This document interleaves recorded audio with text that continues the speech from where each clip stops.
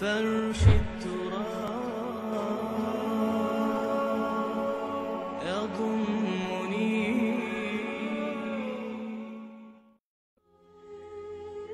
تم سے پہلے لوگوں میں ایک بادشاہ تھا اور اس کا مشیر ایک جادوگر تھا۔ جب جادوگر بوڑھا ہو گیا تو اس نے بادشاہ سے کہا، بے شک میں اب بوڑھا ہو گیا ہوں، ایک لڑکا میرے سپرد کر دیجئے تاکہ میں اسے یہ جادو کا علم سکھا دوں۔ چنانچہ بادشاہ نے ایک لڑکا اس کی طرف بھیجنا شروع کر دیا جس کو وہ جادو سکھاتا۔ اس کے راستے میں ایک پادری کا بھی ٹھکانہ تھا۔ وہ لڑکا جب بھی جادوگر کے پاس گیا تو راستے میں پادری کے پاس بھی تھوڑی دیر کے لیے بیٹھتا۔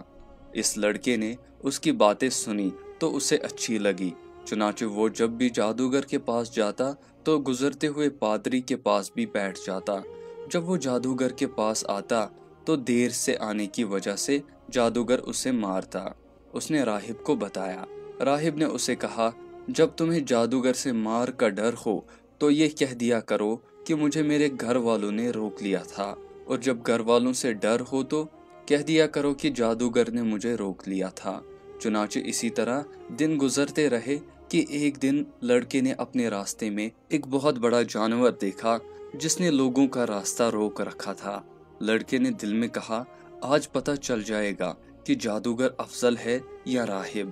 اس نے ایک پتھر پکڑ کر کہا، اے اللہ، اگر راہب کا معاملہ تیرے نزدیک جادوگر کے معاملے سے زیادہ پسندیدہ ہے تو اس جانور کو اس پتھر کے ذریعے سے مار دے تاکہ راستہ کھل جائے اور لوگ گزر جائے۔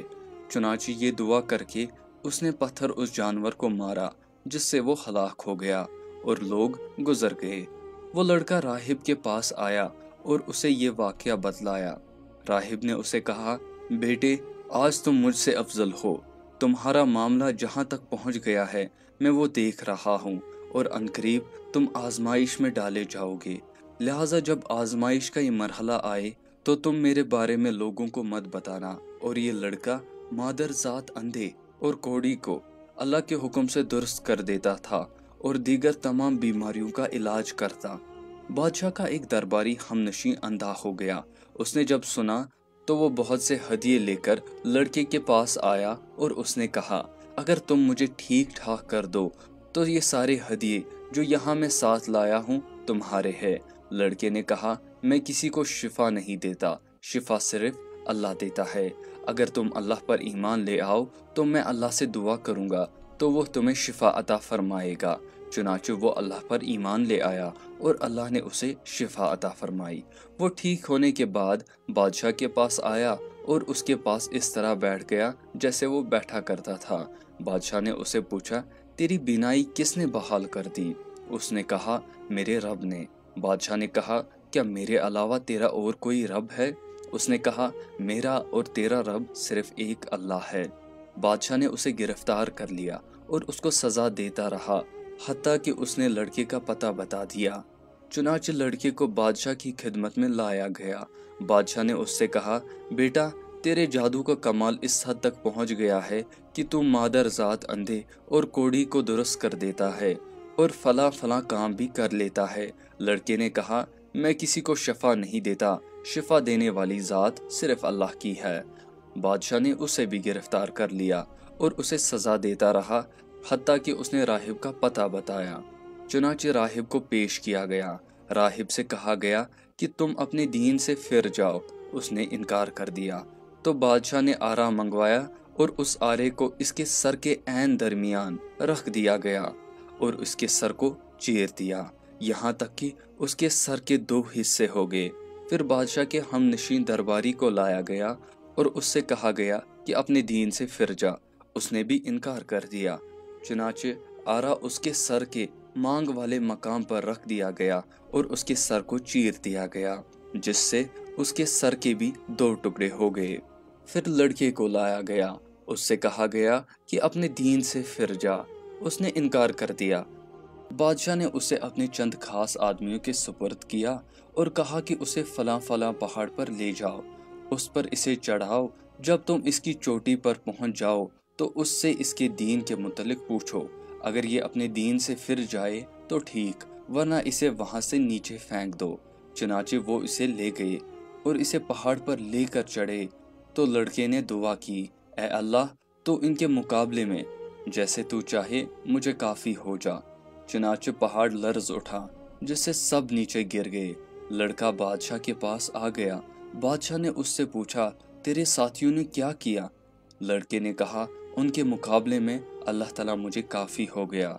بادشاہ نے پھر اسے اپنے چند خاص آدمیوں کے سپرد کیا اور ان سے کہا، اسے لے جاؤ اور کشتی میں سوار کرو اور سمندر کے درمیان لے جا کر اس سے پوچھو، اگر یہ اپنے دین سے پھر جائے تو ٹھیک، ورنہ اسے سمندر میں پھینک دو۔ چنانچہ وہ اسے لے گئے۔ اس نے کشتی میں بیٹھ کر پھر سے یہی دعا مانگی۔ چنانچہ کشتی الٹ گئی اور وہ سب پانی میں ڈوب گئے۔ یہ لڑکا پھر بادشاہ کے پاس آ گیا۔ بادشاہ نے اس سے پوچھا، تیرے ساتھیوں نے کیا کیا؟ لڑکے نے کہا، اللہ تعالیٰ ان کے مقابلے میں مجھے کافی ہو گیا۔ پھر لڑکے نے بادشاہ سے کہا، تو مجھے اس وقت تک قتل نہیں کر سکتا جب تک تو وہ طریقہ اختیار نہ کرے جو میں تجھے بتا دوں۔ بادشاہ نے کہا، وہ کیا ہے؟ اس نے کہا، تو ایک کھلے میدان میں لوگوں کو جمع کر اور مجھے سولی دینے کے لیے ایک تنے پر چڑھا، پھر میرے ترکش سے ایک تیر لے کر اسے کمان کے چلے پر رکھ۔ اس کے بعد یہ الفاظ پڑھ، بسم اللہ رب الغلام، اللہ کے نام سے جو اس لڑکے کا رب ہے۔ پھر یہ الفاظ پڑھ کر مجھے تیر مار۔ جب تو ایسا کرے گا تو مجھے قتل کرنے میں کامیاب ہو جائے گا۔ چنانچہ بادشاہ نے لوگوں کو ایک میدان میں جمع کیا، اسے سولی دینے کے لیے لکڑی کے ایک تنے پر چڑھا دیا، پھر اس کے ترکش سے ایک تیر لے کر اسے کمان کے چلے پر رکھا اور کہا، بسم اللہ رب الغلام، اللہ کے نام سے جو اس لڑکے کا رب ہے، اور تیر پھینکا۔ تیر اس کے ماتھے اور کان کے بیچ پر پڑا۔ لڑکے نے اپنا ہاتھ وہاں پر رکھا اور مر گیا۔ لوگ یہ ماجرا دیکھ کر رب کائنات کی حقیقت اور اللہ کی توحید سمجھ گئے اور بے اختیار پکار اٹھے، ہم اس لڑکے کے رب پر ایمان لائے۔ لوگوں نے بادشاہ سے کہا، آپ جس چیز سے ڈرتے تھے اللہ کی قسم وہی ہوا اور آپ کا خطرہ سامنے آ گیا، سب لوگ اللہ پر ایمان لے آئے ہیں۔ چنانچہ اس نے حکم دیا کہ سڑکوں کے ناکوں پر خندقیں کھودی جائے تو وہ کھودی گئی اور ان میں آگ بھڑکا دی گئی۔ بادشاہ نے حکم دیا، جو اپنے دین سے نہ پھرے اسے اس آگ میں جھونک دو، یا اس سے کہا جائے آگ میں داخل ہو جا۔ انہوں نے ایسا ہی کیا، حتیٰ کہ ایک عورت آئی جس کے ساتھ بچہ تھا، وہ آگ میں گرنے سے جھجکنے لگی تو اس کے بچے نے کہا، صبر کر اماں، تو یقیناً حق پر ہے۔ سامعین حضرات، اس کہانی میں سب سے بڑا سبق یہ ہے کہ دین کی راہ میں جو بھی مشکلات آئے انہیں صبر و استقامت سے برداشت کیا جائے، اور اگر دین کی مصلحت کا تقاضا ہو تو جان تک فرما کر دی جائے۔ سامعین حضرات، کیا آپ کو پتہ ہے کہ اس کہانی کو قرآن میں بیان فرمایا گیا ہے؟